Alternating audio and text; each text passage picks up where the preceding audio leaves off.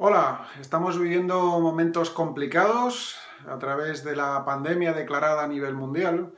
Supongo que estarás en un país viéndome en el que se está considerando una cuarentena o se está considerando la limitación de movimientos de los individuos. Y quería traerte algunas ideas, entre otras cosas, porque esta no va a ser ni la primera ni la última crisis de la especie humana. De hecho, periódicamente nos vamos a encontrar con algún tipo de crisis de una naturaleza u otra, nos vamos a encontrar crisis en la sociedad, crisis en la economía, crisis en este caso biológica o por razones de salud. Pero lo que es muy importante es que tengamos en cuenta algunas de las ideas, algunas de las pautas que podemos identificar en todas las crisis, da igual la naturaleza que sea, y me gustaría compartir con vosotros algunas ideas que quizás puedan ayudar, puedan aportar, si estás en casa, si estás en cuarentena, si, pues tienes restringidos los movimientos temporalmente, o si en un futuro estás viendo este vídeo y te encuentras con la siguiente crisis, además de esta de 2020. En primer lugar, me gustaría comentaros un par de ideas acerca de las crisis, y es que la crisis es una palabra de origen griego, también latino, de crisis también, y normalmente la asumimos o la traducimos como que quiere decir lo mismo que catástrofe. Asumimos que toda crisis es una catástrofe, pero en realidad en griego la palabra crisis quiere decir decisión. Es decir, si nosotros entendemos que una crisis es un problema, que es una catástrofe, que es algo dramático, algo que implica cambio, eso es cierto. Pero el pequeño detalle es que las crisis han estado ahí siempre, siempre que ha habido un ser humano. ¿Por qué? Porque solo los seres humanos son capaces de identificar las cosas con adjetivos. Es decir, los virus han existido antes de que nosotros hayamos aparecido y continuarán existiendo una vez que nos carguemos el planeta, si no hacemos algo antes. Entonces, la decisión de que nosotros interpretemos que lo que nos está sucediendo es una catástrofe o una oportunidad es una cosa que decidimos nosotros. Por tanto, las crisis, en este caso una epidemia, no tiene que ver con una epidemia, no tiene que ver con un virus, no tiene que ver con el estado de salud. Esa es la forma en que nosotros lo interpretamos y, por tanto, toda crisis en realidad está en nuestra mente. Todos los terremotos, todos los tsunamis, todos los accidentes, todo lo que nosotros interpretamos como una tragedia, ha estado ahí siempre desde que el mundo es mundo. Y simplemente somos nosotros, en nuestra mente, que decidimos si lo que nos estamos encontrando en esta crisis es una decisión para sacar algo positivo de ello, por muy ruinosa que esté siendo esa situación, para poder crecer o simplemente para elegir hundirnos. En este sentido, todas las crisis son relativamente predecibles.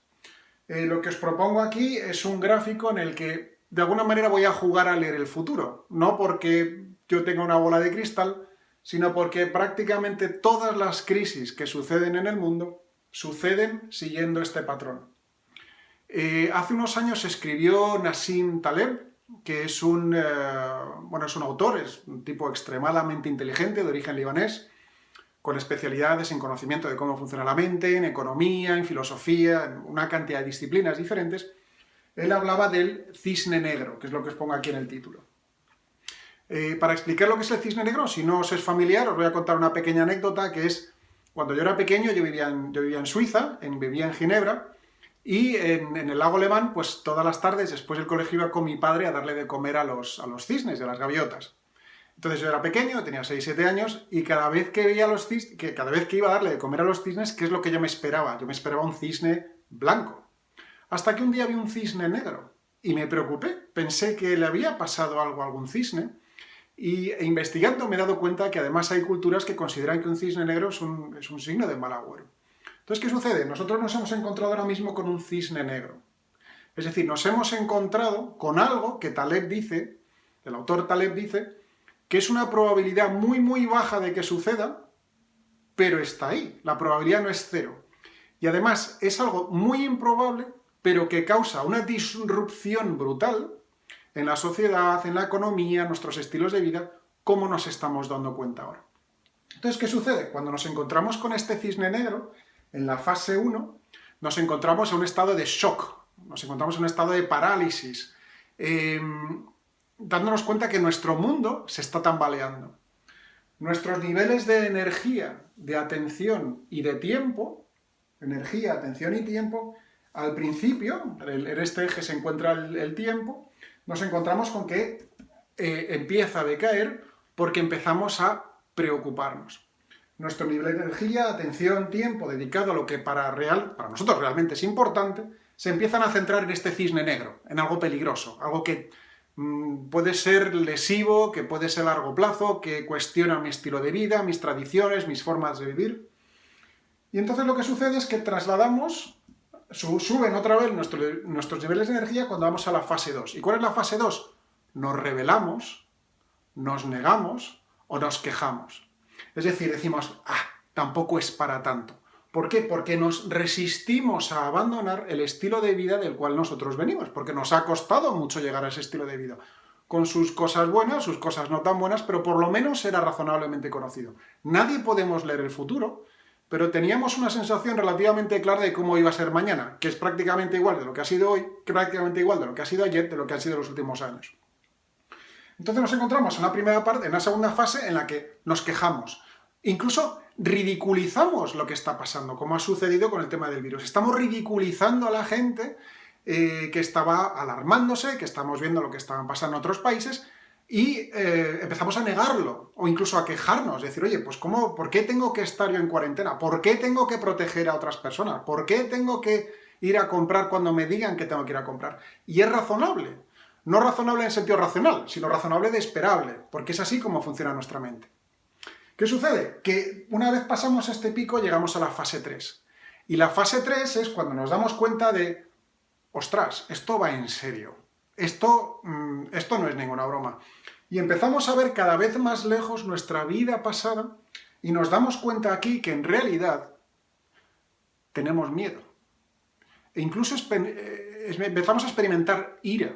Empezamos a estar enfadados con las cosas que nos suceden, la ira en muchos casos no es más que un reflejo del miedo, y nos empezamos a dar cuenta que no sabemos cómo vamos a salir de esta, porque estamos programados, estamos preparados para una vida pasada que estamos viendo que cada vez se aleja más. Entonces, nos damos cuenta de los imponderables y nuestros niveles de energía, de atención y de tiempo de lo realmente importante empiezan a decaer. La preocupación sube, la angustia sube, y aquí llega un punto de inflexión. Y es un punto de inflexión en el cual o abandonamos, es decir, entramos en KO, como si fuera un combate de boxeo, y nos damos cuenta que nos pasaremos el resto de nuestra vida añorando una vida pasada que nunca más va a regresar, o decidimos florecer, decidimos prosperar, decidimos hacer algo al respecto, decidimos crecer. Y así es como estamos diseñados la especie humana. Esa VCS es la que llamamos la ventana de crecimiento singular, porque es un evento que sucede en un momento muy preciso, muy concreto, que es un momento de oportunidad. Por hacer un símil es como los inversores en bolsa. Los buenos inversores en bolsa lo que hacen es comprar precisamente cuando todo el mundo está vendiendo, o intentan vender cuando todo el mundo está comprando, porque es una ventana de crecimiento singular, en este caso de inversión singular. Entonces, esta es la decisión. Nosotros podemos decidir el KO, abandonamos y nos enfadamos y nos quejamos y nos rebelamos y todo está mal y lo que nos está sucediendo, ¿por qué me tiene que pasar esto a mí? Y entramos en una rueda, una rutina de quejas que no nos lleva a nada, o decidimos florecer y crecer, y entonces es cuando pasamos a la fase 5. La fase 5 es la de aceptación. Quizás tenga una aceptación con tristeza, porque es darte cuenta que has dejado cosas por el camino, que has dejado estilos de vida por el camino, incluso quizás personas por el camino. No tiene por qué ser una emoción grata, pero sí es una sensación de aceptación, de cierta paz, de decir, bueno, esto es lo que hay, estas son las reglas del juego, por lo menos por ahora, así que voy a jugar a este juego. Incluso empezamos a ver un futuro, empezamos a planificar un futuro a largo plazo, a cómo va a ser esto una vez que salgamos del túnel. Entonces nosotros incluso podemos empezar a sentirnos con cierta excitación, con cierta, curiosidad, y empieza a subir nuestros niveles de energía. Es cuando pasamos al nivel 6. Al nivel 6 es cuando empezamos a probar y a ensayar cómo funciona este nuevo mundo al que nos estamos dirigiendo. Yo antes era muy buen emprendedor y resulta que esta nueva crisis me pone en mi sitio. Resulta que yo antes tenía una vida, unas relaciones de amistad, sentimentales, y resulta que a partir de aquí me las empiezo a cuestionar. Resulta que hasta aquí yo tenía un estilo de vida que quizás podía mejorarse. Y resulta que aquí me empiezo a dar cuenta que debería cuidarme un poco más. Quizás hasta aquí simplemente iba como pollo sin cabeza, haciendo sin pensar, y a partir de aquí empiezo a reflexionar. Una vez que empezamos a probar, ensayo y error, qué funciona, qué no funciona, naturalmente pasamos a la fase 7. La fase 7 es la de aprendizaje. Empezamos a consolidar nuevas herramientas, nuevas competencias, nuevas maneras de trabajar que nos van a llevar, voy a llamarlo así, a un mundo nuevo. Y finalmente, en el punto 8, es cuando por fin empezamos a crecer, empezamos a florecer, empezamos a prosperar. Y nos damos cuenta que el cisne negro del que nosotros teníamos miedo, este cisne negro que a nosotros nos asustaba al principio, es el mismo cisne negro con el que ahora queremos volar. Es decir, ahora estamos en una situación nueva. Hemos pasado por fases de dolor, de queja, de resentimiento, de añoranza, de pérdida, pero es lo que nosotros necesitamos para poder aprender a volar con ese cisne negro que antes o después va a volver.